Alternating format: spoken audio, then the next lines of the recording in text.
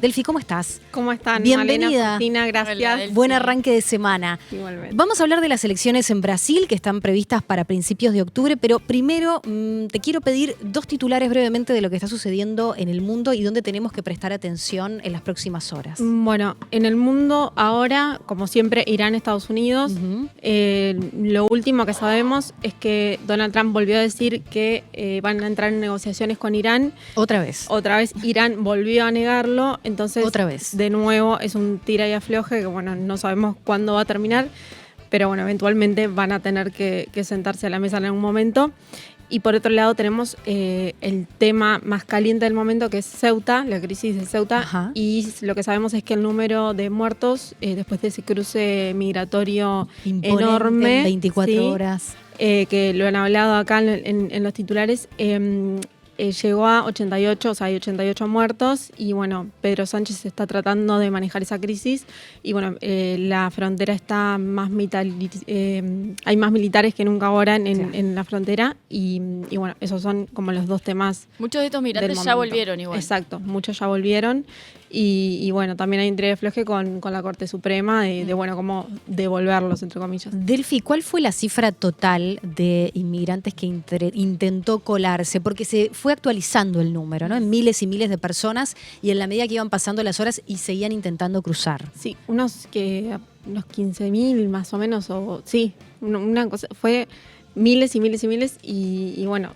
88 muertos, por ahora el número se puede elevar además y bueno, es una crisis a la que hay que Me prestarle parece mucha que atención. en las últimas horas se había aumentado como a 50.000, pero lo que decían de llamativo era que además Ceuta es muy pequeño, Muy entonces pequeño. que hayan llegado en un momento 50.000 personas para una población, no sé si eran 60.000 o 80.000, 80.000 ¿cómo personas. impactó en ese Sí. lugar la llegada tan masiva de gente en pocas horas? Exacto, revolucionó totalmente el lugar y además siempre estamos como acostumbrados a ver a migrantes, bueno, en los barcos, en el Mediterráneo, Claro, ¿no? migrantes muy pobres, etcétera.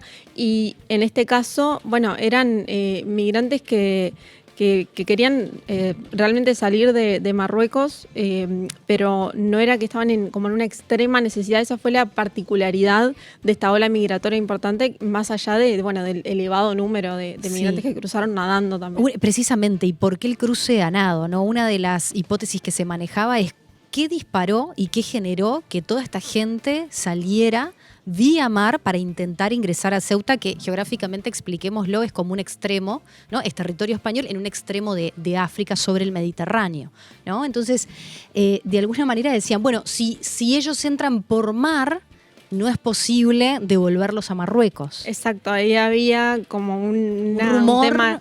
Sí, un tema legal Sí. que bueno, la Corte Suprema se ha tenido que pronunciar y se está pronunciando constantemente respecto a esto, pero era, claro, la forma legal de evitar La deportación. la deportación automática, digamos, sí. Una exacto. locura, una locura. Bueno, vamos a meternos de lleno en lo de Brasil. El 4 de octubre son las elecciones presidenciales. Dos candidatos claros, Lula da Silva, que va por la reelección, y Jair Bolsonaro Jr., Jair Bolsonaro Jr. que va a estar también peleando ahí la posibilidad de ingresar, y con claras diferencias ideológicas, ¿no? Contanos, Delfi. Totalmente. Bueno, por la izquierda viene Lula da Silva, el actual mandatario de Brasil, y por la derecha viene Flavio Bolsonaro, que es el hijo mayor de Bolsonaro, es el heredero político del movimiento del bolsonarismo, digamos. Y bueno, justamente ayer domingo el PT, el Partido de los Trabajadores, formalizó la candidatura de Lula con Geraldo Alckmin como vicepresidente, como compañero de fórmula a la vicepresidencia. ¿Qué peso tiene esta figura de Alckmin? Es una persona muy cercana a Lula, es de otro partido, entonces, bueno, justamente es el vicepresidente actual, o sea, repite la fórmula ganadora. Actual, exacto. Es como más conciliador, digamos, con otros sectores, ayuda como en el resto de la coalición, porque recordemos son 6 partidos más el PT los que van con Lula. Entonces es una suerte de de articulador entre todos. Y logra captar a otro electorado, ¿no? Exacto, al electorado moderado, que es al que apunta Lula hoy en día, porque el de la izquierda ya lo tiene. Y estamos en un escenario además súper polarizado, en el que esos votos del medio, que son poquitos y que cada vez igualmente, según las encuestas, van creciendo, son clave para ganar la elección, o para por lo menos juntar más caudal de votos en primera vuelta, porque seguramente vayamos a un balotaje. Y después, por otro lado, tenemos a Flavio Bolsonaro, que es senador, como dije, hijo mayor Ahí lo estamos viendo. de Jair Bolsonaro. Es igual. Igualito. Igual. Es igual, sí, es igual al padre. ¿Está preso?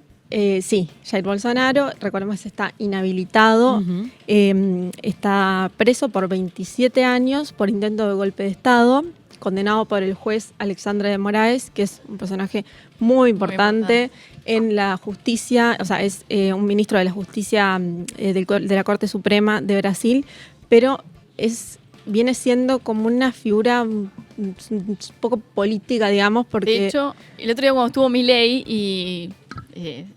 Los exabruptos de Milei. Los exabruptos de Milei, uno de ellos iba dirigido a Alexandre de Moraes. Exacto, sí, Alexandre de Moraes es una figura que se volvió muy mediática, fue el que condenó a Jair Bolsonaro a estos 27 años por intento de golpe, o sea, fue el relator de la investigación, digamos. También sobre él pesan sanciones de Estados Unidos, y aquel 50% de aranceles que había impuesto Trump en un principio, que ahora no son 50, por supuesto, era por esta cosa de la Corte Suprema, específicamente Alexandre de Moraes, impidiendo la candidatura de Jair Bolsonaro. Claro. Entonces es una figura que tiene muchísimo peso, que eso da para hablar es otro capítulo. Es otro capítulo entero. Ahora, Flavio Bolsonaro tiene el apoyo de Trump explícito y de Milei explícito, ¿no? Lo vimos la semana pasada. También de Netanyahu. Y ahí el apoyo de Milei desató una tormenta política diplomática, entre Argentina y Brasil muy importante. Tenemos un video por ahí en el que, con insultos... sí, esto fue lo que pasó la semana pasada, exacto. ¿no? Bastante explícito en las declaraciones. A ver, escuchamos. La basura.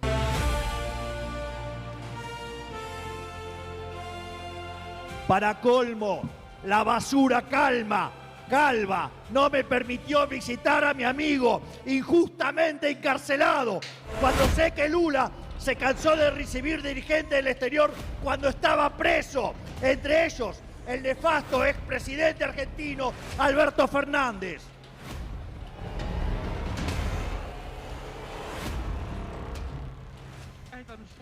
Esto es lo que sucedía la semana pasada y que desató la crisis diplomática que está vigente todavía entre Argentina y Brasil. ¿Qué dicen las encuestas de cara a las elecciones en Brasil? Bueno, Lula mantuvo como cierta ventaja en primera vuelta durante todas las encuestas desde diciembre del año pasado, más o menos. En el balotaje se complica un poco, la mayoría dan empate técnico, y tenemos los últimos números de la encuesta Nexus BTG, publicada el 28 de julio, o sea, es una encuesta muy fresca, que dice que Lula lidera la primera vuelta con el 42% de intención de voto frente al 33% de Flavio Bolsonaro. Uh-huh. Y en una eventual segunda vuelta, esta misma encuestadora proyecta un empate técnico con un 47% para Lula y un 44% para Flavio Bolsonaro. O sea, esto entra dentro del margen de error. Está súper abierta todavía. Todavía, sí, y todavía quedan varios meses, y es una campaña que está muy caliente por muchos factores. Y también tenemos otros candidatos que no necesariamente se unirían al Partido Liberal de Flavio Bolsonaro, pero vale mencionar que son Ronaldo Caiado, que es el exgobernador de Guayas, que tiene muy poquita intención de voto, que es el 6%, y Romeu Zema, que es el gobernador de Minas Gerais, pero son de derecha los dos candidatos, pero representan una derecha más moderada, un poco más tradicional, que no se está aliando con el bolsonarismo, que es un movimiento bastante como súper duro, digamos. Y bueno, para volver un poco a esta crisis diplomática que mencionábamos, lo que pasó hace poquito, ayer mismo, Milei redobló la apuesta en esta crisis al decir en La Nación Más, que al reforzar lo que decía acá, que era un presidiario, porque dice, Milei decía, es verdad que fue presidiario y que no fue a Lula, ¿no? Me estoy refiriendo a Lula, y que no fue liberado por ser inocente, sino por una tecnicidad, dijo Milei, en referencia al encarcelamiento de Lula da Silva por Lavallato, que recuerdan que estuvo más de 500 días preso y fue liberado por un tema de irregularidades en el procesamiento. Se declaró imparcial el juez a Sergio Moro, el personaje importante en la política brasileña. Pero bueno, a todo esto, Milei sigue redoblando la apuesta discursiva, al menos en este lío diplomático, y Uruguay lo ve con un poco de preocupación, porque, bueno, son los... Brasil, un socio súper importante, Argentina también, todo lo que pasa en los dos países nos repercute a nosotros. Y el Mercosur, además, ¿no? Sí. Con todas las cosas que hay El pendientes, Uruguay que tiene la presidencia pro tempore y que tiene la intención política de avanzar en determinados temas, por ejemplo, el acuerdo Unión Europea-Mercosur, y Tal está cual. todo como roto, Tal adentro cual. de casa. Es Sí. curioso también cómo por ahí parece que van a bajar las aguas, ¿no? Como la Casa Rosada o incluso el embajador argentino también había dicho, bueno, no fue tan así. Y de repente sale Milei de nuevo como a levantar calentar polvareda. de nuevo Además, la escena. es cómico, entre comillas, porque lo que dice Milei, lo que dice Lula, que también Lula se refirió solapadamente a Trump y a Milei Sí. en su discurso ayer. Pero por otro lado, claro, está la diplomacia interna, que son todos esos andariveles que no vemos, que es donde se resuelven realmente las cosas, en Itamaraty, en Brasilia, por Sí. ejemplo, bueno, los llamados a consultas de los embajadores. Y bueno, lo que dice Uruguay es, bueno, eso hay que dejar que se decante solo. Observar, ¿no? Observar. Y una fuente dijo El País la semana pasada, no tenemos nada para hacer, estamos preocupados, pero bueno, no tenemos Que nada caiga para por hacer. su propio peso. Exacto, entonces, bueno, por un lado sí, está esta cosa de los insultos y todo, y por otro lado la diplomacia, tratando de contener un poco la situación. Delfi, muchas gracias. ¿Algo más que valga la pena mencionar? A tener en cuenta esta semana o que pueda estar sucediendo en las próximas horas. En realidad, estoy muy con este tema de Brasil, porque bueno, la campaña está llena de ingredientes súper interesantes, y me parece importante observar a Brasil porque en esta elección se atraviesan muchos ejes que son, por ejemplo, Donald Trump, o sea, Donald Trump mirando mucho a Brasil, la disputa por los aranceles, después Claro.